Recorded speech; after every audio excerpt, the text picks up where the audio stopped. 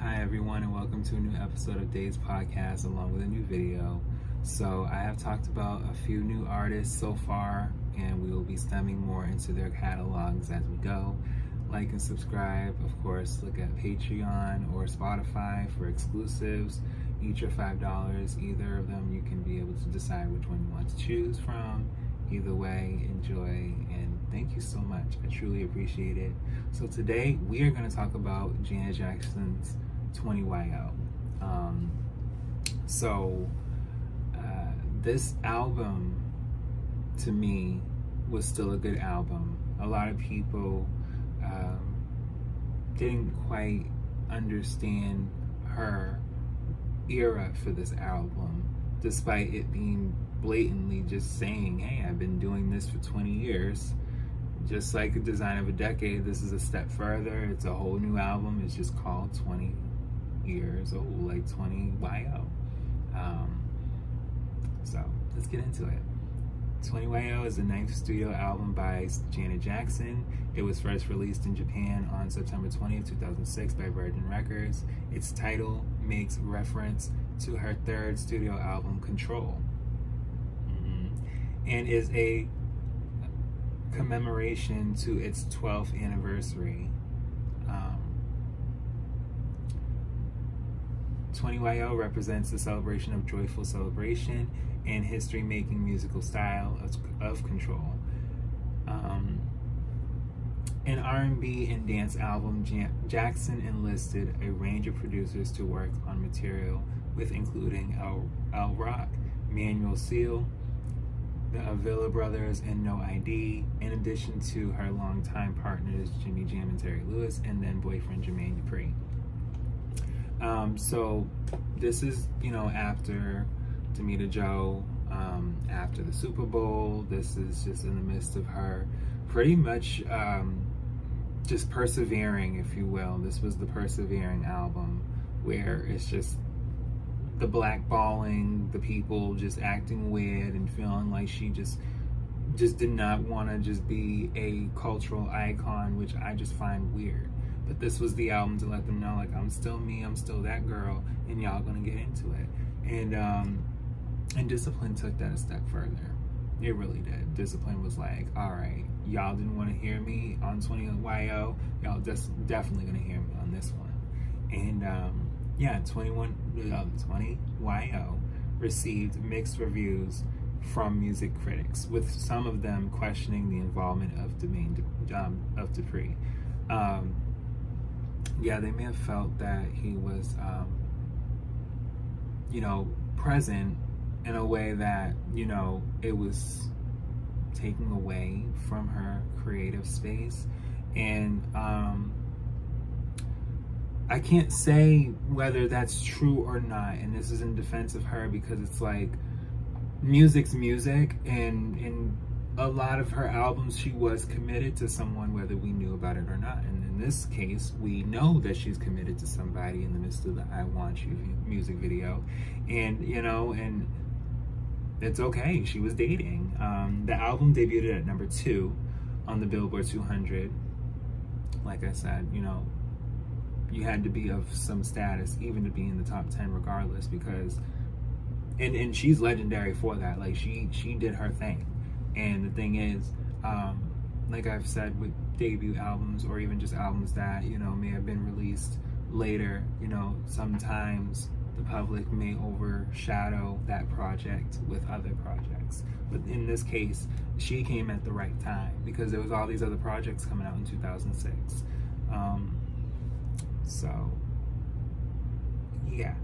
Making it Jackson's 8th consecutive top 3 entry and 2nd consecutive top 2 album debut.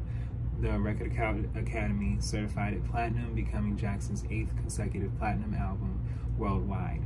The album has sold 1.5 million copies. 20YO earned a Grammy Award nomination for Best Contemporary Album in 2007. So it was Grammy nominated, To promote the album, the singer appeared in various magazines and performed on Today and the 2006 Billboard Music Awards. To further promote the release online, Jackson launched the Design Me cover contest, giving fans an opportunity to create the artwork for the album by downloading images of her and creating proposed covers for the album. Jackson hand-picked dozens of images to be used in the contest and selected her top 4 favorites, which were used for the standard edition's cover on American pressings of 20YO. 3 singles were released for the album, which were Calling Me, So Excited, and With You. Yeah. For the background of the album, it became Jackson's final album with Virgin Records.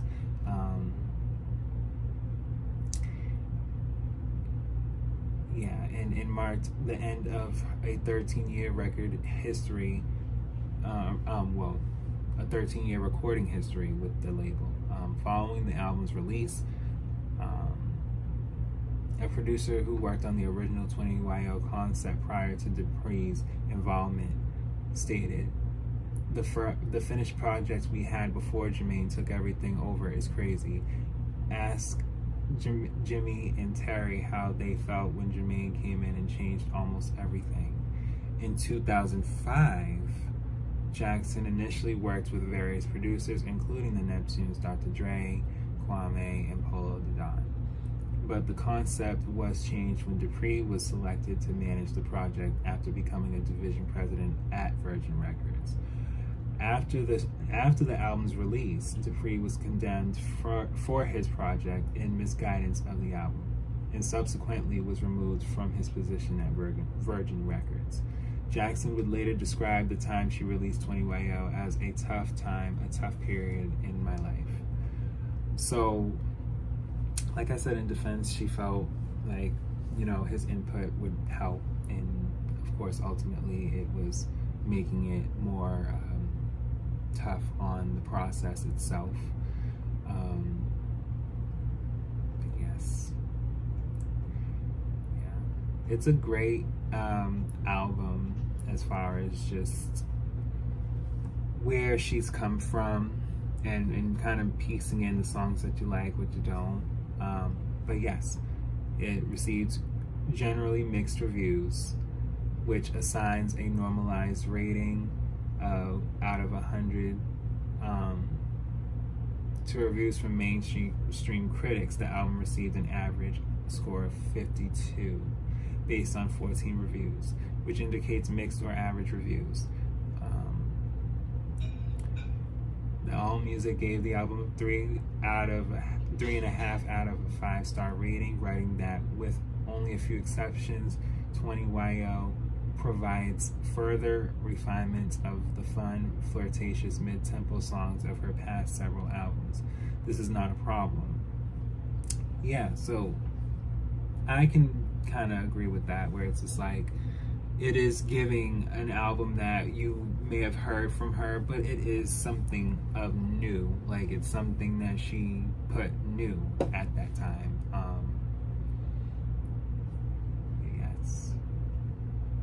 She did win a 5,000 Spins award for Call on Me. And then Commercial Performance debuted at number 2 with 296,000 copies sold out its first week, behind Ludacris, which he released for Release Therapy.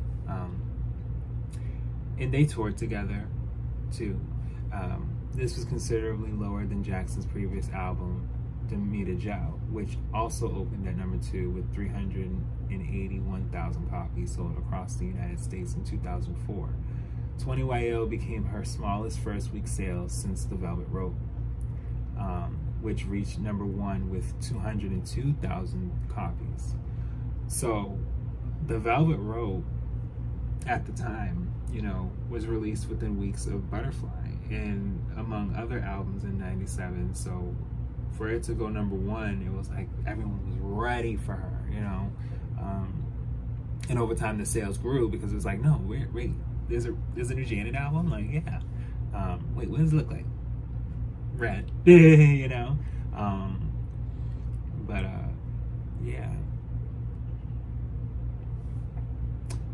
What does it say here? However, the effort debuted at the top of the R&B hip hop albums. In its second week, the album fell to number 9, selling 77,000 copies, representing a 74% drop in sales. And it additionally reached number 2 and number 3 on digital albums and top tastemaker albums chart, respectively. So in other charts, it was doing well. As of January 2008, the estimated sales of the album in the US were 679,000 copies. So what I'm gonna also say in the defense of her, when this album dropped too, everybody was downloading. Everybody was downloading. This was the 2006. You was downloading these MP3s, these albums. Everyone was downloading them, putting them on their iPads, iPod touches, their Androids, their sorry, also, well, I wouldn't even say Androids yet. I think Androids, when did, let me see. When did the first Android come out? Because, I am gonna possibly see other albums not selling. Yeah, so, hey, Android first came out September 23rd, 2008, right? This is 2006. People are already downloading music and making whatever CDs and stuff, and it was taking away. It was taking away from the sales. From all over. All albums alike. Just everybody was losing sales across the board. It didn't matter if it was rap, it didn't matter if it was hip hop, didn't matter, well, that's the same thing. R&B, it didn't matter if it was, yeah, you could say pop too, because I may see more, like I said, but it was hitting a lot of all genres, because it was like, what's this download sequence everybody's on, but yeah, that's truly what had happened. So let's get into the track list. So there's track 1, which is Intro 20, track 2, which is So Excited, featuring Kaya, track 3, which is Show Me, track 4, which is Get It Out Me, track 5, which is Do It To Me, track 6 is This Body, track 7 is 20 Part 2 Interlude, track 8, which is With You, track 9, which is Call On Me with Nelly, track 10, which is 20 Part 3 Interlude, track 11 is Daybreak. Now, Daybreak is my favorite song on the album. I think it's one of my favorite songs where I was just like, oh my god, like this sounds like her. Like she just never left. I mean, most, if not damn near all of the songs in the album show like, this is a continuation from Damita Jo.